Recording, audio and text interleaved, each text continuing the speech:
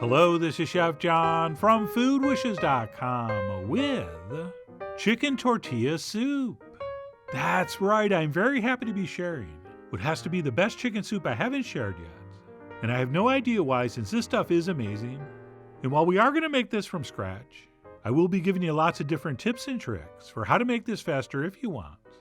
And to get started, the first thing we'll do is put a big old chicken into a big old pot, along with one onion we've cut in half.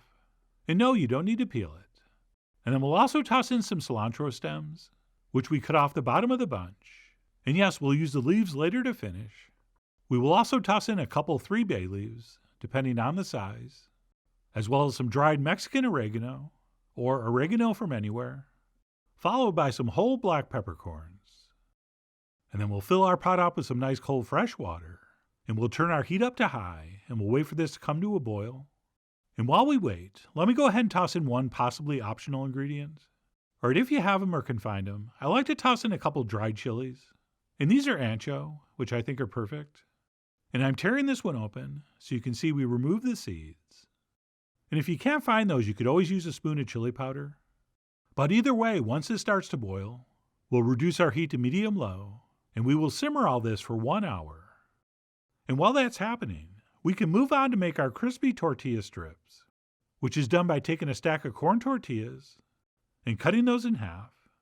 And then once half, we'll cut across like this, every 1/4 inch or so, since that's what I think the ideal width is.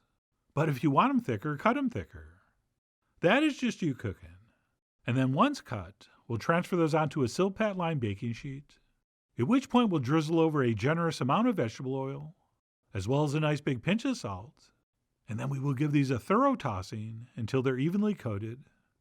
And classically, these tortilla strips would be fried in a pan, or deep fried, which works great, but it's kind of messy, and I think unnecessary, since these will come out just as good in the oven, as long as you use a lot of oil and cook them long enough.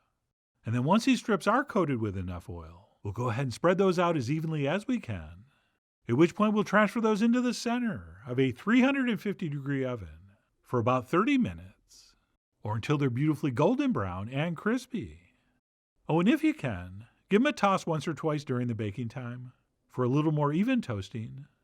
And as long as you used enough oil and these have cooked long enough, once they cool, they should be very, very crispy. And now that that's set, we can go back and check our chicken, which, as you might remember, we're simmering for 1 hour. And then what we'll do at this point is reduce our heat to low. And then we'll very, very carefully transfer our chicken into a bowl. And by the way, feel free to use a couple tongs, or tongs and a strainer, since you want to be very careful that hot liquid doesn't run down the tongs onto your wrist. But anyway, one way or another, we will safely get that in a bowl, and then we can carefully pour any excess juice back into the pot. And then what we'll do is let our chicken sit on the counter until it's cool enough to handle, since the next step in the process is to pull all the meat off the bones. And there are 2 ways to do this: the very fast, super easy way, and the very slow, super hard way. And guess which way I'm going to do it? Nope. I'm going to do it the fast and easy way, which involves pulling off the breast meat, which is very quick and simple to do. And then after the white meat, we'll grab the thighs and legs, and we'll pull the meat off those bones. But we're only going to worry about the big chunks that are easy to grab, since after we do that, we're going to have plenty of meat for our soup.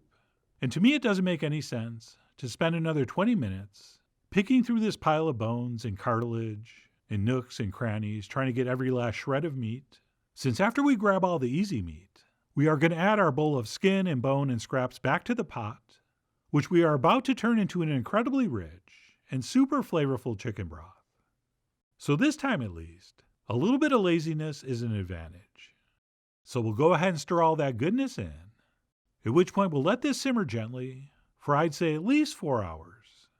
And yes, we could just go for a couple hours, but the longer this simmers, the more flavor we extract. And if we're not trying to extract more flavor, what are we doing? So we will basically let that simmer as long as we can, but we have one more step to do about halfway through that simmering time, which for me was at about the 2-hour mark. And that would be to add what I'm calling our charred vegetable salsa component. So on a foil-lined sheet pan, which we will lightly oil, we'll place down 3 or 4 tomatoes and a couple onions that we've cut in half, And yes, those I peeled. I'm also going to do a sweet red pepper that I cut in half and seeded. And then I finished up with a big old jalapeno. And once we have these veggies arranged to our liking, what we'll do is pop that in our oven under a broiler set on high for about 7 to 10 minutes, or until everything's beautifully charred and hopefully looks like this. Oh yeah, this time we're going to have you burn something on purpose.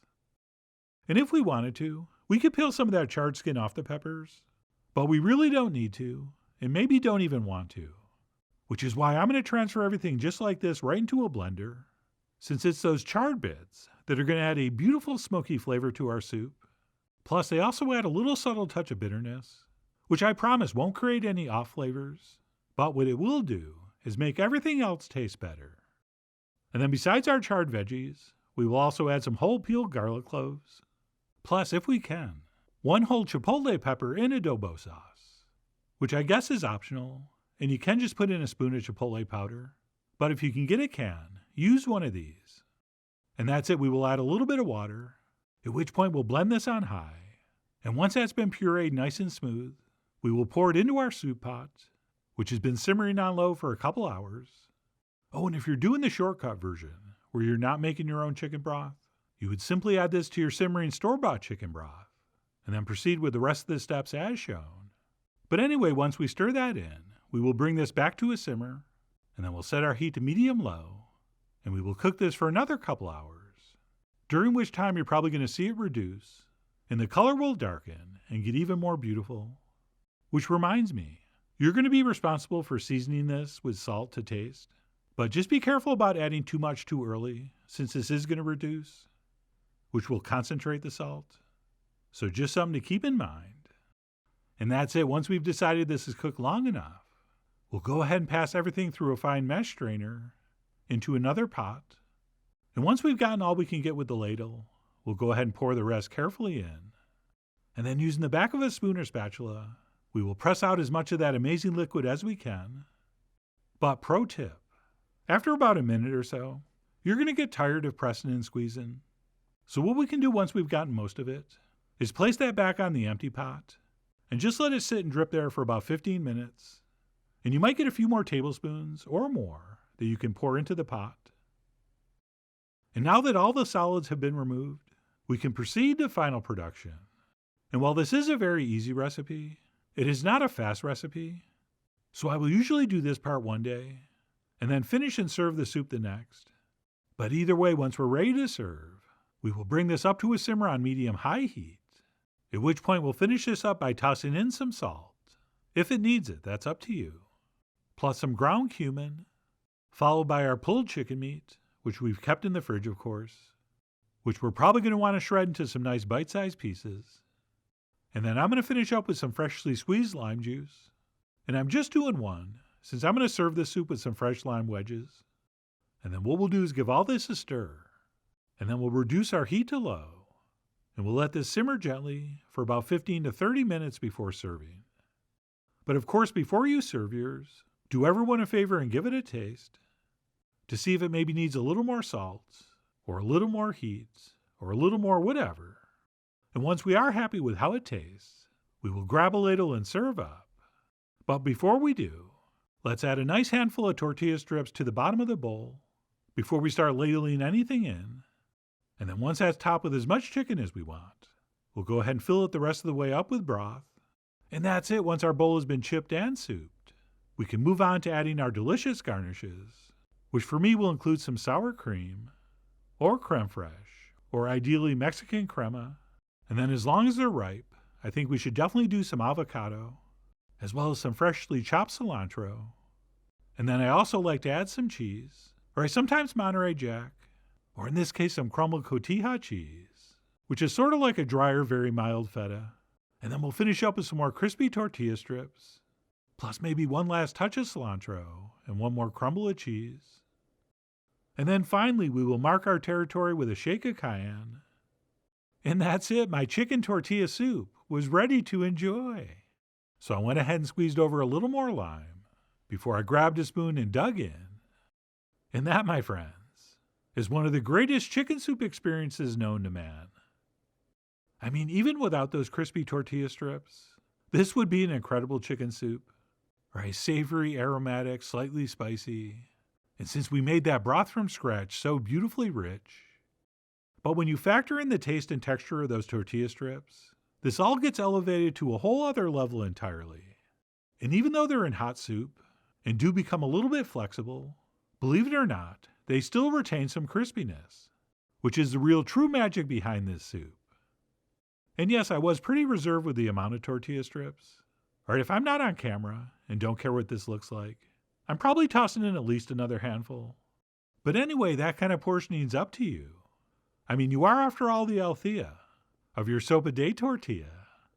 And speaking of healing, like all great chicken soups, besides the flavor and the texture and the gorgeous appearance, enjoying a bowl of this just makes you feel better.